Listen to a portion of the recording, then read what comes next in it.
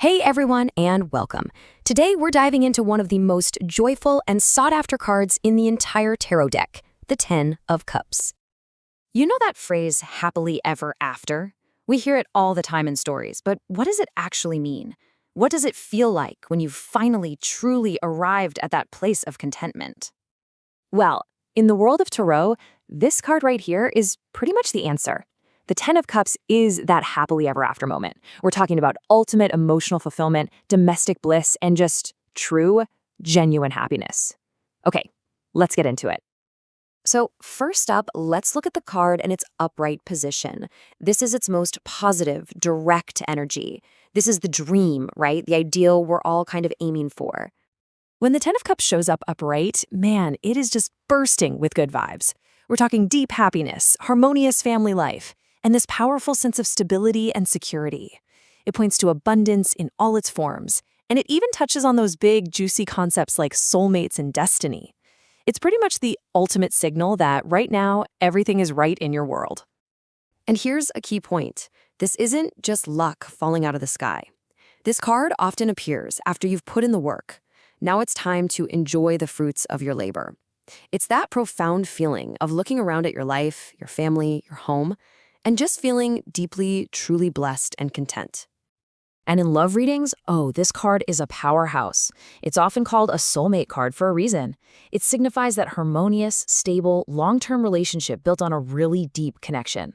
If you're hoping to take things to the next level, or maybe start a family, this is one of the best cards you could possibly hope to see. This brilliant energy, it just spills over into all the other parts of your life. In your career, it can mean you finally reach that point where you can actually enjoy a good work-life balance. Financially, it's a huge sign of abundance, good luck, investments paying off. And for your health, it suggests a wonderful harmony in your body and a real surge of positive energy. It all sounds perfect, doesn't it? A beautiful family under a rainbow. But tarot always shows us both sides of the coin. So what happens when that dream of happily ever after feels broken or just completely out of reach? And this brings us to the reversed meaning. When you turn the Ten of Cups upside down, that beautiful image of harmony gets disrupted. It starts to reveal the conflict and disharmony that can be hiding just beneath the surface.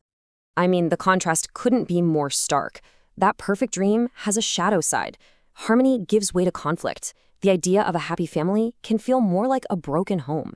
And that feeling of abundance is replaced by a painful sense of lack. At its core, the reverse Ten of Cups is all about that painful gap between what you hoped for and what you're actually getting. The ideal of domestic bliss has been replaced by arguments, by discontent, and just this nagging feeling that things are, they're just not right at home. Now, this can show up in a few different ways. It can point to an unhappy home, constant fighting, or even a separation. A really telling theme here is keeping up appearances. You know, where a family looks perfect on the outside but is struggling with all sorts of stuff internally. It can also point to a deep sense of isolation or homesickness, even when you're surrounded by people. And just like the upright card, this energy affects everything. In love, it's pointing to rocky relationships, big fights over commitment. At work, it could mean a toxic environment, no teamwork at all. And in your health, it often suggests a lack of harmony in the body, a real sign that all that stress and conflict is starting to take a physical toll. So, is the card just good or bad? Honestly, not at all. The real power of the Ten of Cups is in its deeper message. It's asking us to look a little closer at our own lives. This is probably the most crucial takeaway from this whole explainer. The Ten of Cups is not here to tell your future. Think of it like a mirror. It's designed to reflect back to you where you are right now on your journey. It shows you what's in alignment and what really, really isn't. So how do you use this mirror? The card itself kind of gives you a three-step guide. First, see the ideal. Acknowledge what that perfect vision of harmony really means to you personally. Second, you have to face the challenges. Be honest about where the conflict or misalignment is in your life right now. And finally, just reflect on your own story. Where are you on this spectrum between total bliss and total disharmony? Ultimately, the Ten of Cups doesn't give you the answers. It gives you the right question. Whether it's upright or reversed, it's asking you to define what true fulfillment means for you, and then to look honestly at how your reality measures up. So if this card is a mirror, what does it show you?